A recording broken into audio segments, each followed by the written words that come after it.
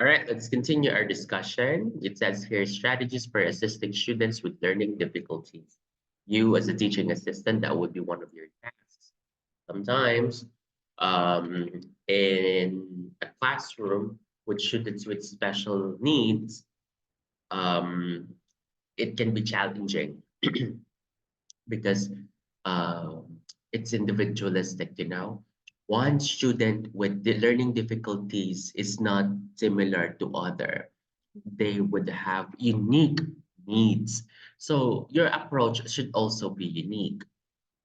But of course, in general, if say for example the student would have Down syndrome, then that means there should certain techniques that you can use, right? Let's begin. Assisting students with learning disabilities necessitates a comprehensive strategy that considers their specific requirements and provides customized assistance solution. What they call with teachers, what they call the teachers helping students with special needs right now are learning support. Yes, you're an assistant to that student in a classroom setup. You are with them. You are together with the student. At the moment, there are certain facilities or schools that allow a student with special needs to be in a classroom with regular students. There would be like 20 students. And then at the end, there will be like two students with special needs that will be there. And then one student with special needs is with a learning support. And that could be you. Strategies in assisting students.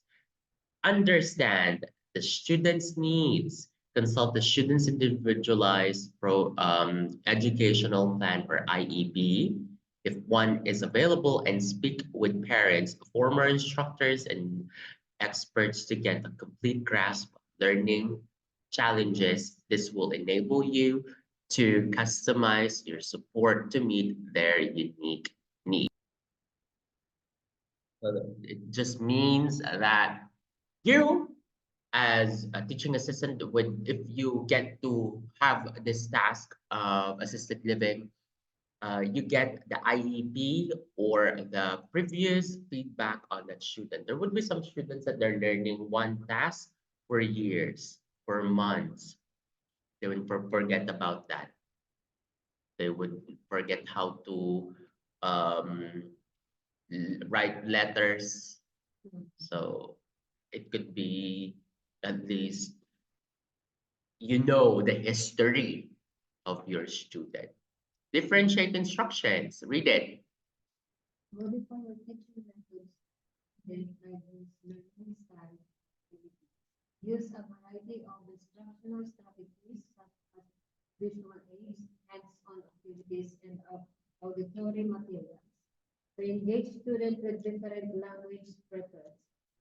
Yeah, that's true. Differentiate instructions. One student is different to one another to another student.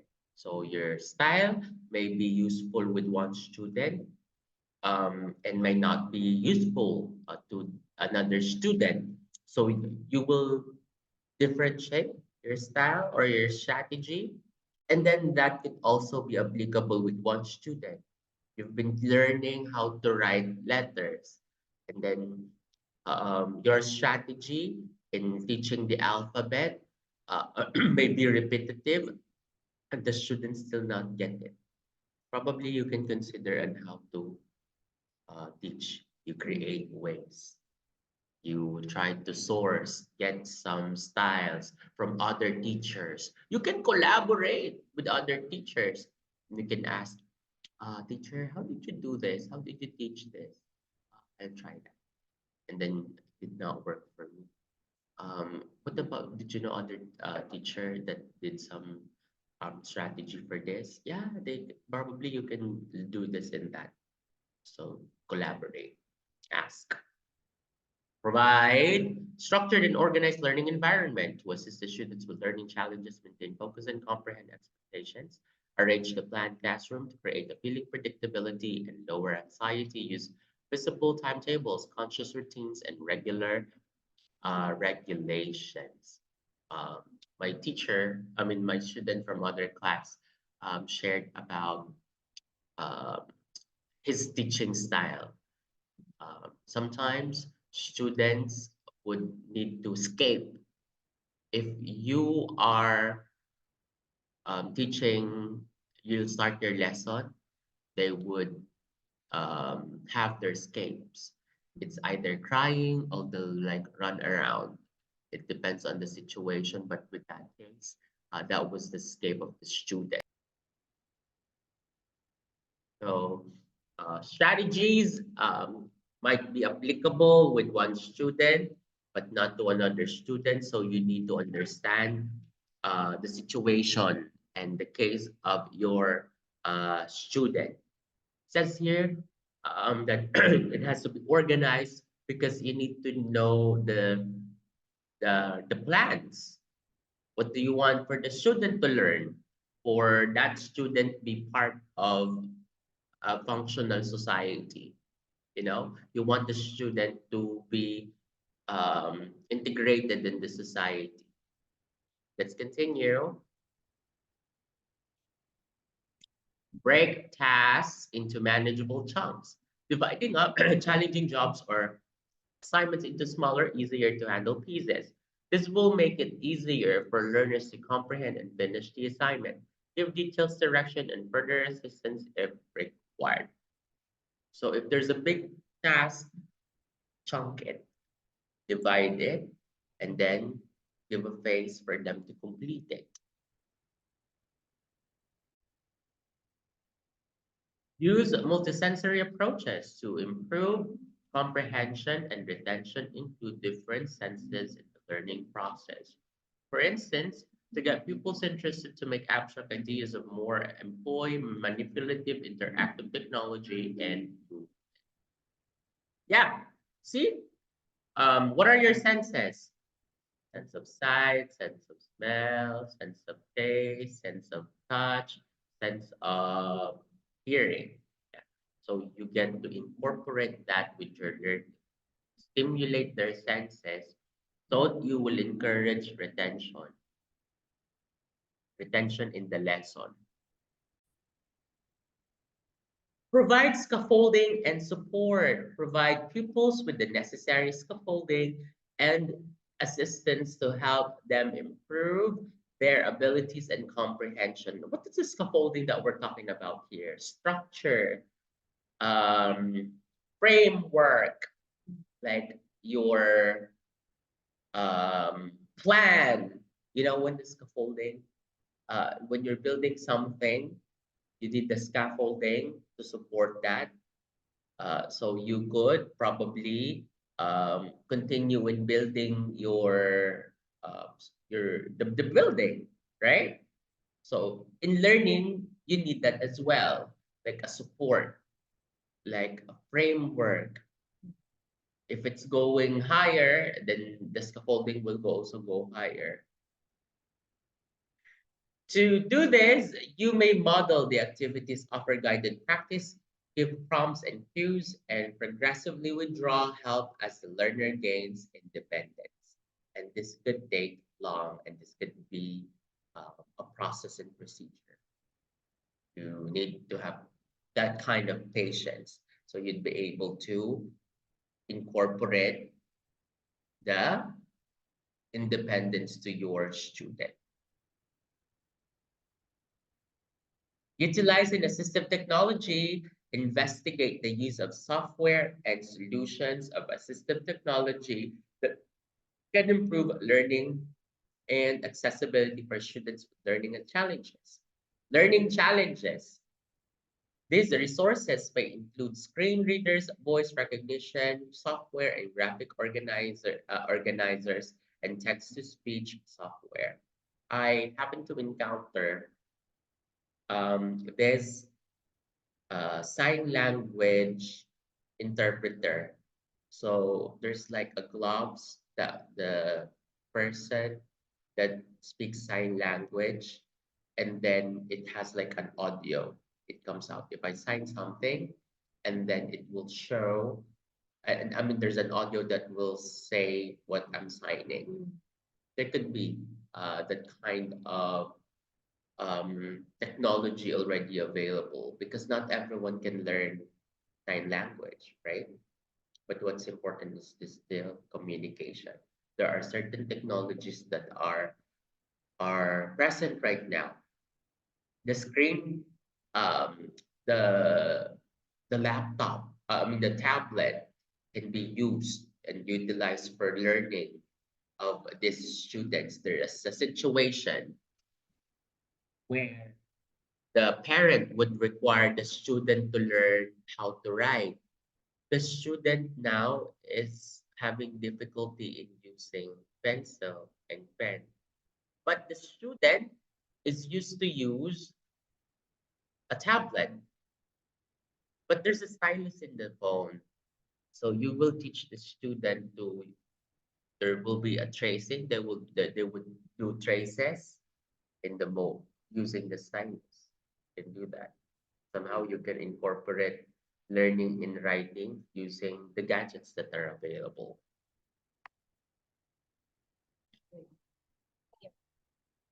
We have communicate and collaborate with parents and specialists. I already told you about this, that you need to collaborate with the parents. So you would understand what they want for their child to learn, to be somehow gain independence at home. Keep lines of communication open with the students, parents, and guardians, as well as the professional and therapists who are helping them. In order to establish a unified strategy to meet the students' requirements, regularly provide progress reports, talk about methods, and solicit feedback. So solicit feedback is get feedback from other teachers, from the parents, um, and with the people that is helping in the learning of your student. Provide additional support and resources beyond the scope of conventional classroom learning. Provide additional resources and assistance, providing more practice materials, suggesting tutoring services, or putting the students in touch with specialist programs or services offered by the schools or community as few examples on how to do this. So if you would know the examples that we had, uh, we want, if you have seen Candy Pangilinan's son, um, she is a parent and she's living with a child with autism. So she would share her knowledge on how to take care of his son. Because again, it's individualistic, you know. One strategy, one technique may be applicable to her son, might help others, but not to others. So she's sharing the story of how she handles the situation of her son. And you would see there that she's encouraging independence for her son. She would ask her to, for her son to buy something from the store, from the sari-sari store. She would teach her son how to wash dishes. So that those are simple tasks of independence, and you teach that for the child to somehow, you know, be functional. In the classroom setup, you can teach the student to throw garbage, and that's already a big task for them. Yes, yes. Those are small tasks. It might be small tasks, but for them, with this, child, with people with determination, it could be a big task. All right, let's continue. Foster a positive and inclusive classroom culture.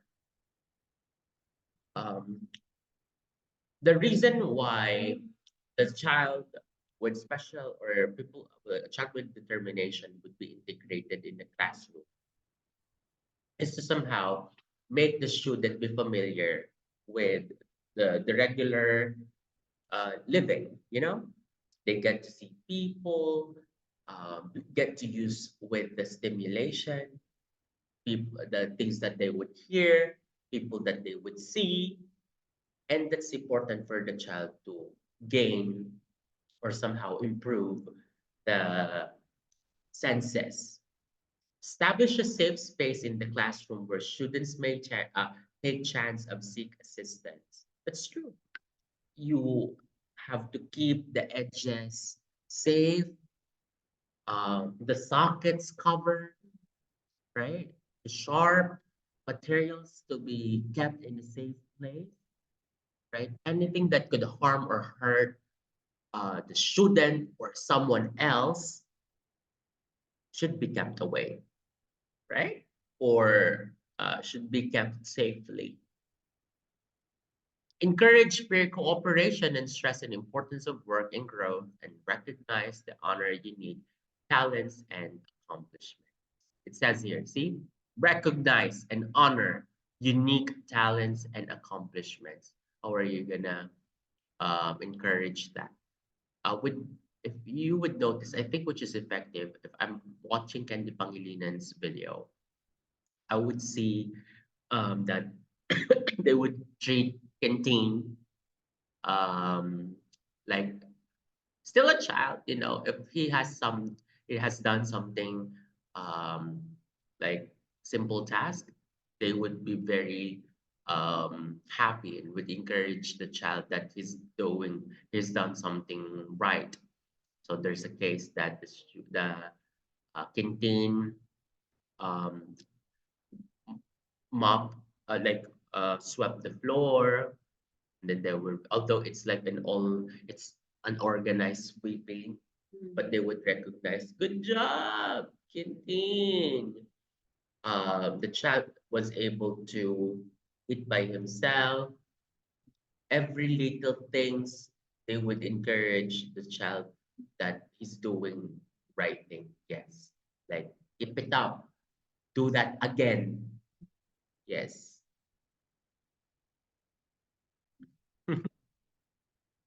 Let's move on to another topic, which is techniques of providing individualized attention to students. Overview. Individualized attention for pupils is critical for learning and development. It acknowledges that students has different needs, talents, and learning styles. Not necessarily people with determination, but students in general. Differentiated instruction is based on students' readiness. Like current slideshow from the current slide.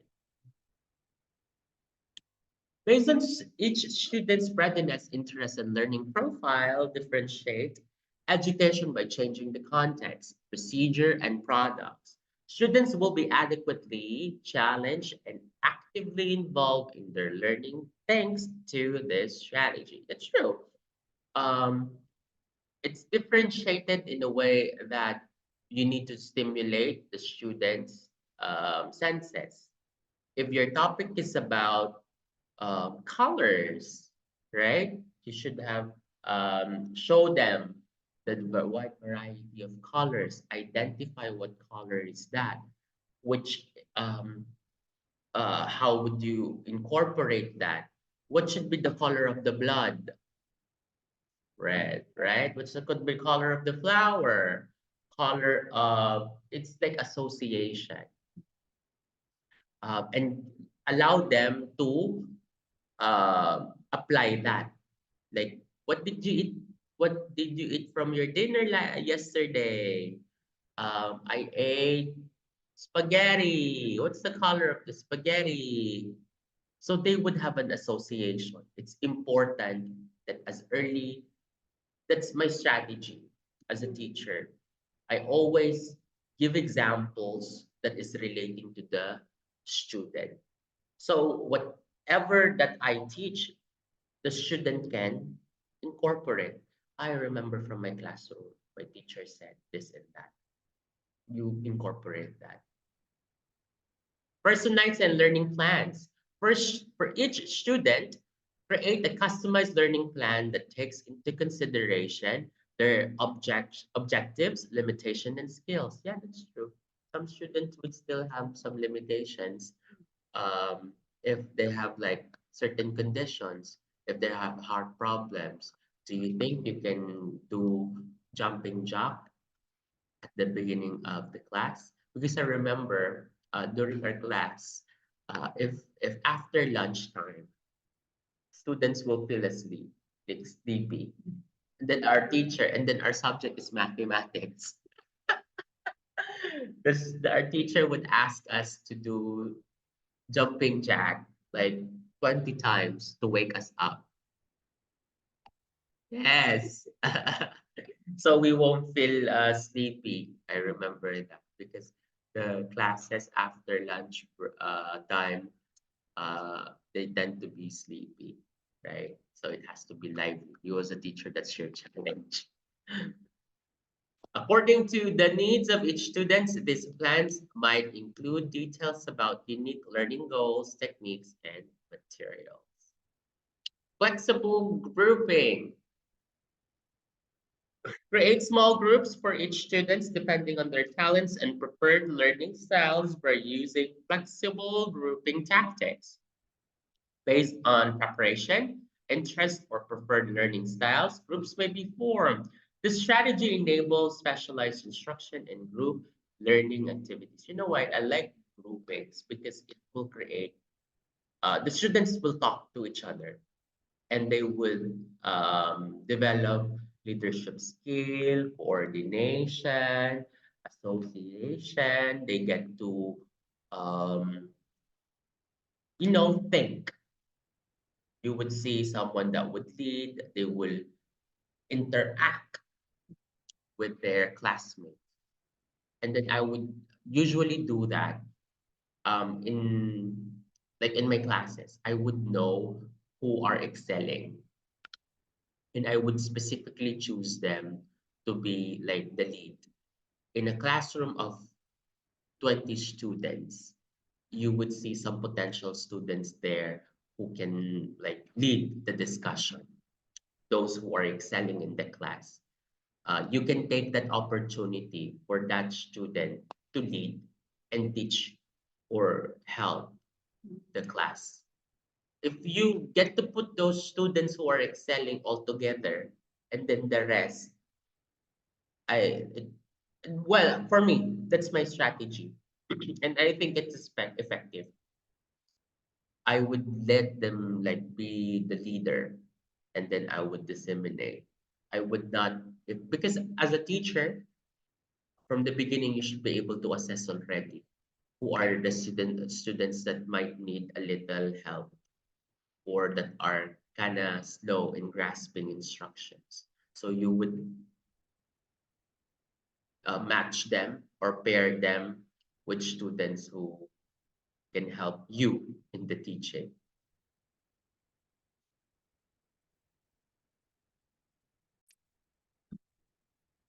Individual conferences plan frequent one-on-one meetings with students to go over their progress, objectives, and any difficulties that may be having.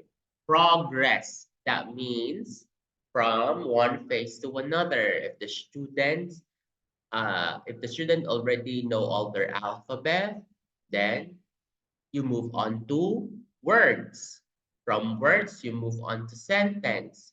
From sentences, you move on to paragraphs. There's a phase for that. That's progress. And that's progress means going forward, not backward, right? That means you should monitor the student that is learning. And it says your objectives. What's your objective for the day? My objective for the day is for the student to use those letters into words, words that are applicable and that they can see in their house. Translate it in their own language if they speak like a native tongue. What do you call pencil in your language? What do you call rice in your language? Associate that.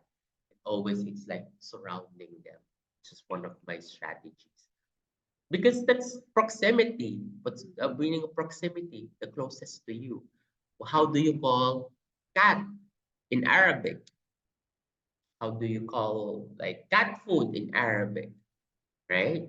So you get to see and use that immediately right away because you are surrounded by it. Any difficulties that they may have, and yeah, that's true. If there's some difficulties, before you move forward, there you already identify how to assess, how to improve that lesson. This conference give the chance to address specific problems, offer advice, and provide tailored feedback. What do you mean by tailored feedback? You don't easily just go give out some feedback. It has to be based from your assessment. The feedback from one student is different to another. So since you only have like few students, you'd be able to give your feedback. I myself can do that. I already know in the classroom is behind. That means next time, if I know that the student is behind, then I would give a little more attention to her to guide. So because we want to progress, we want to move on to a new topic. Not to be. Yes, we will be behind.